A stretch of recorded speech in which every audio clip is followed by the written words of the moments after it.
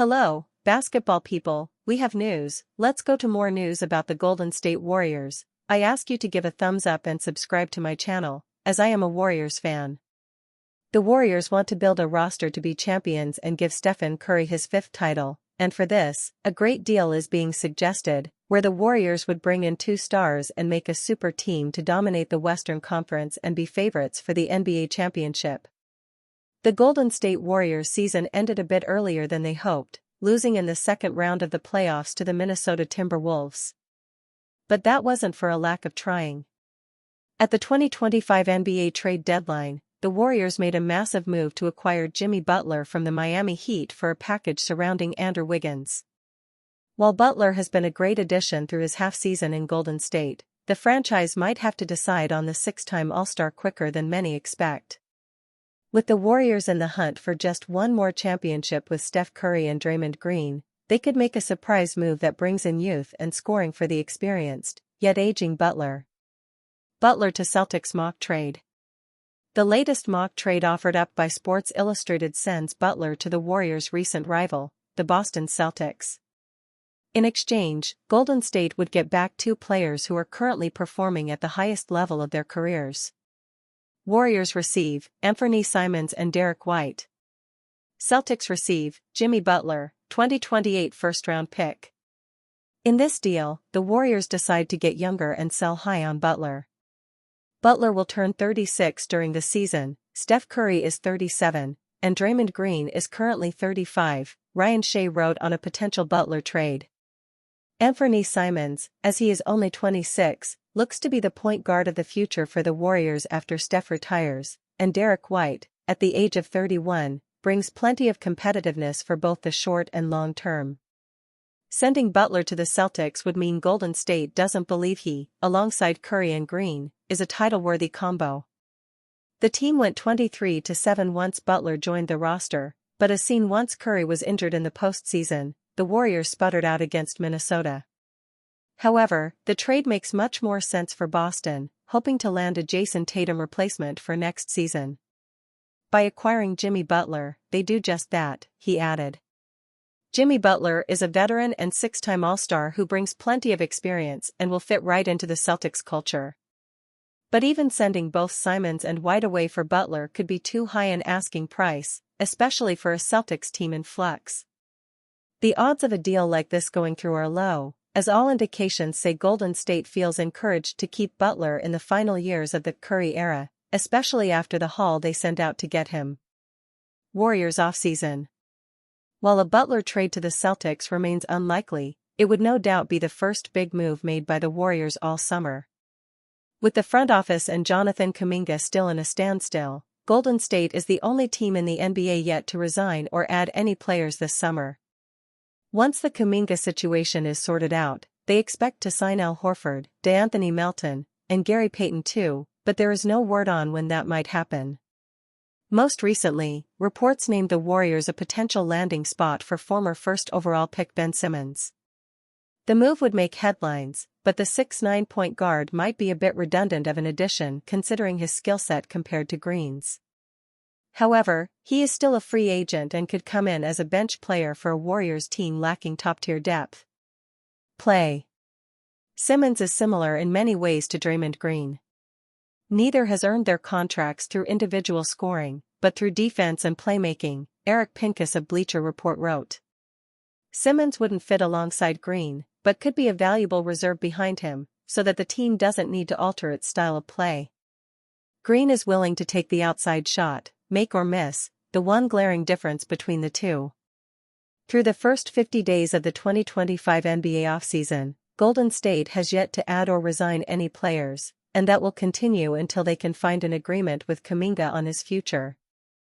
The Golden State Warriors trade target has put up a stellar show in his recent Eurobasket game against a Portland Trail Blazers star. They remain the only team in the NBA that have not made any meaningful moves in the offseason. The Dubs have been navigating the Jonathan Kuminga situation, which seems to be a saga that will not come to an end anytime soon. While they have been reported to be involved in talks with Al Horford, DeAnthony Melton and Gary Payton too to join as free agents, all these moves have been held over because of the Kuminga situation. Teams like the Sacramento Kings and Phoenix Suns have reported their interest, but the Golden State Warriors are only ready to involve the 22-year-old in a trade on their terms. They are still looking at other options to help Steph Curry out next season, and one of them has just had a brilliant outing in the recent Eurobasket game.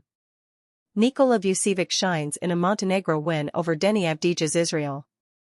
Nikola Vucevic has been a name constantly involved in trade talks and could be the next player to lead the Chicago Bulls this offseason.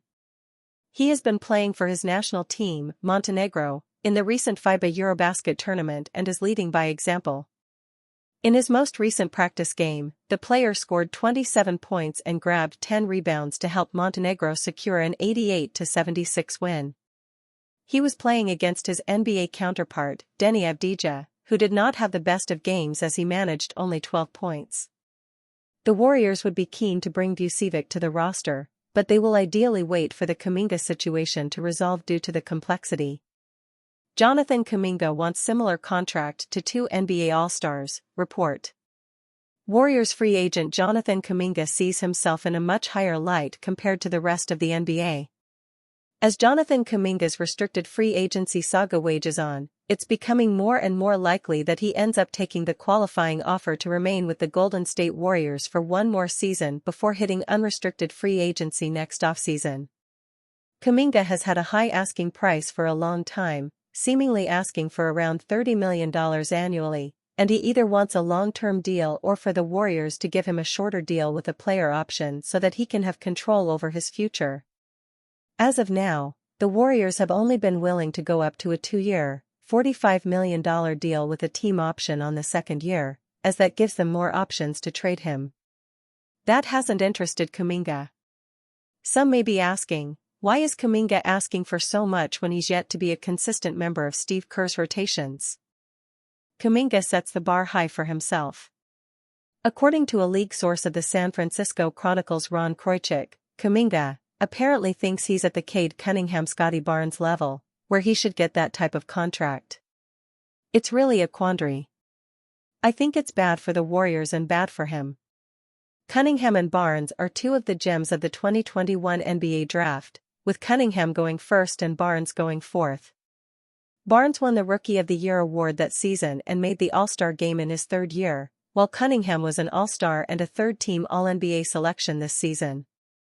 It's safe to say that Kuminga isn't at that level yet, and it would instantly be considered one of the worst contracts in the NBA if he were given an extension similar to Barnes and/or Cunningham.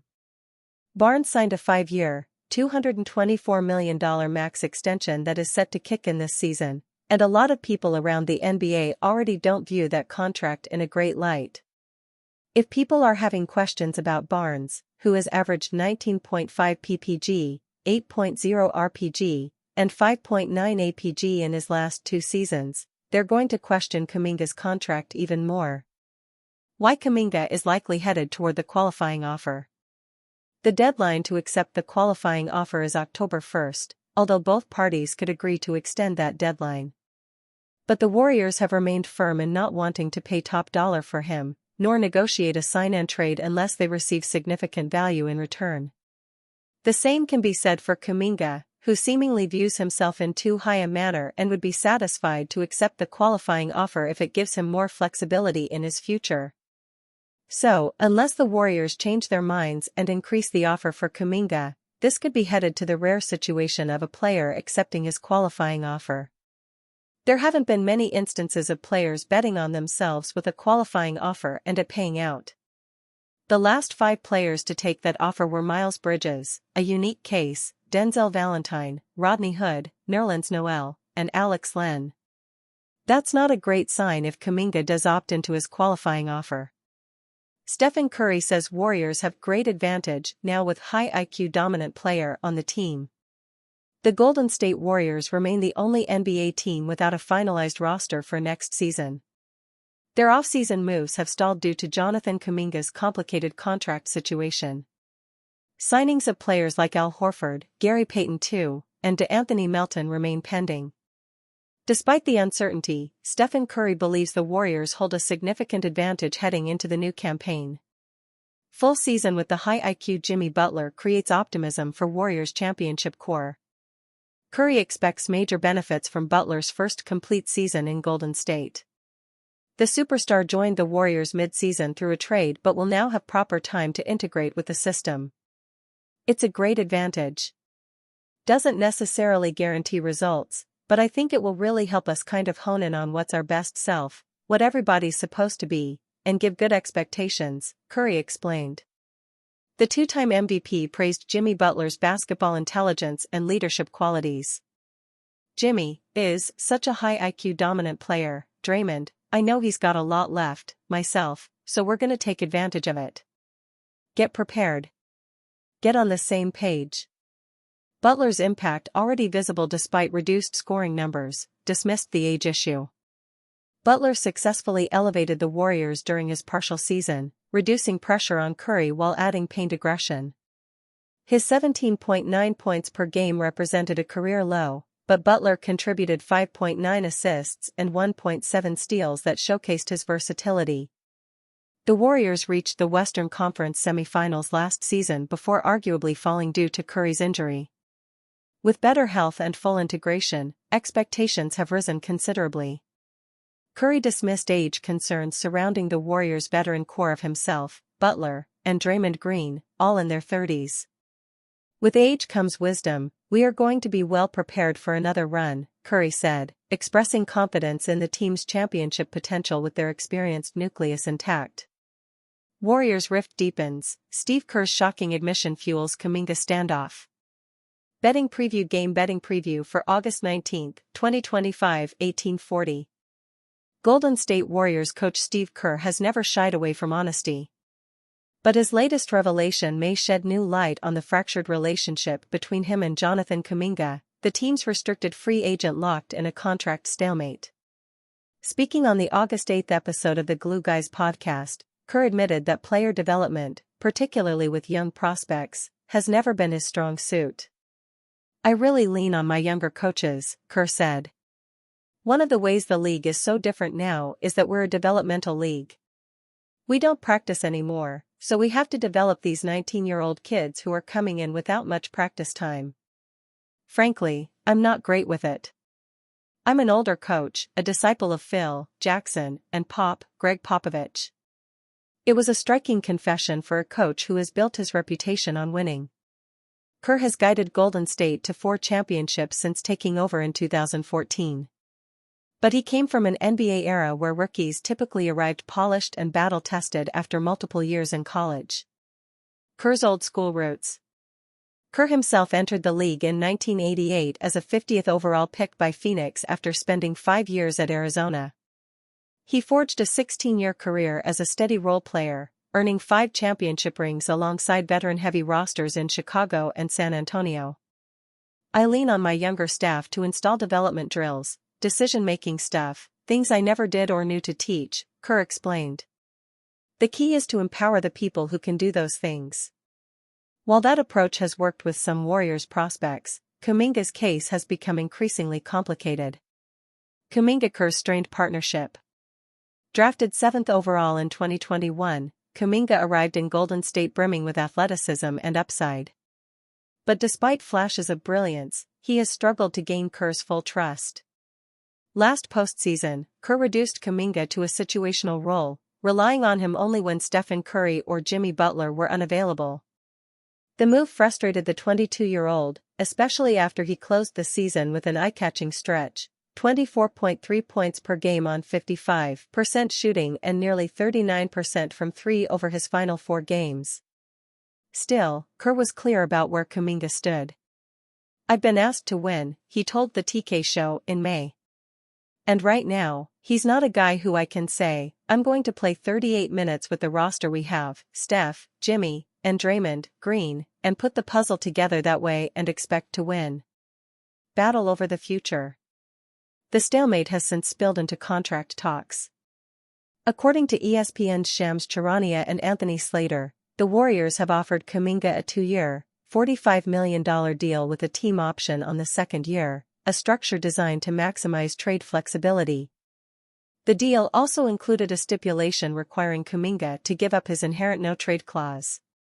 Kuminga has rejected the offer, unwilling to surrender control of his future to a franchise he believes has stunted his growth.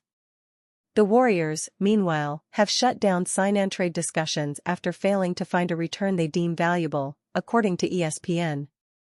Kerr's candid admission about his struggles with developing young players only deepens the perception gap between coach and player.